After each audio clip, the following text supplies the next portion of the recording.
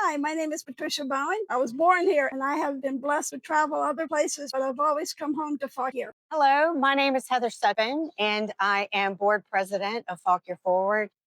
Some of the reasons why I joined Fauquier Forward is I really do feel like all of our residents in Fauquier County and the town of Warrington and the different towns, they deserve a voice, which I think they haven't had.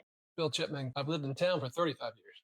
I think Fauquier Forward is a voice of reason because we really haven't had one to represent a lot of the taxpayers. Hello, my name is Tracy Wilkinson. I'm a Fauquier County resident. I also serve on the board of Fauquier Forward. I've been living here in Fauquier County the last 5 years. Residents of Fauquier County may not be getting the best information. Like-minded individuals such as myself felt compelled to start this and to clear up some of the fallacies that are being perpetuated as far as our development. My name is Kevin Greeley. I have been a resident of Fauquier County for over 20 years. So I joined Fauquier Forward as a business member in the community.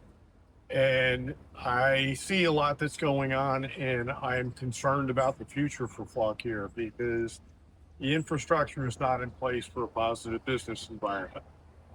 And I would like to see some changes that actually foster a business environment that creates true revenue to benefit the county.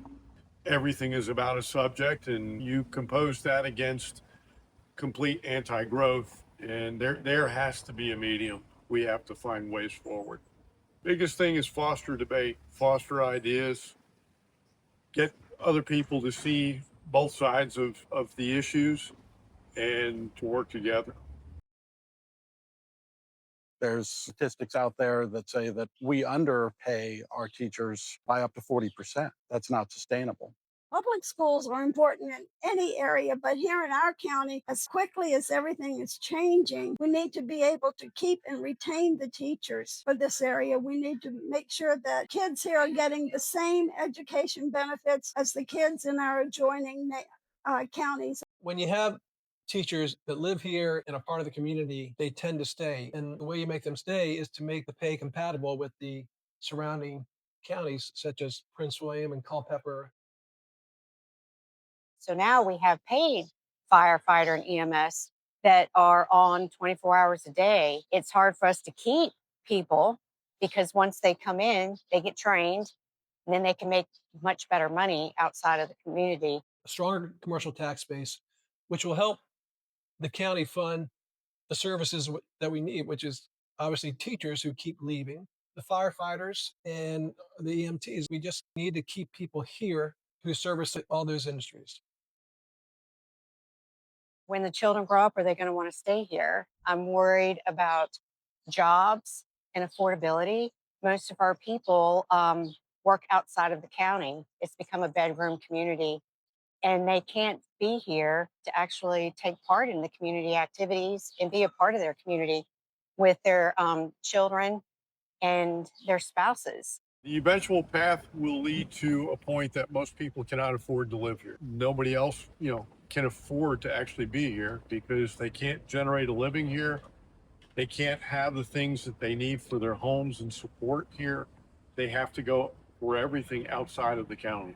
It means, hopefully, that our children will remain here, that they will have housing that is affordable, that they can buy a home here, that it will continue to be generation after generation of Fauquier families here.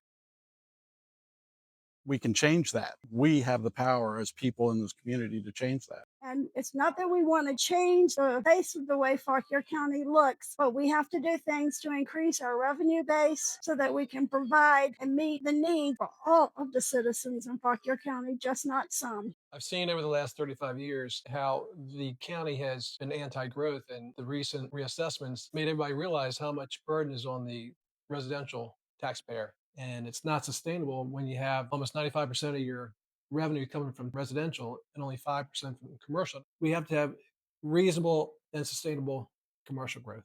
There are many examples in other counties of lackadaisical or irresponsible non-existing of code or structuring of where businesses are located. I think within a controlled environment, you can have both controlled growth and you can have positive benefit to the community. This needs to happen sooner than later.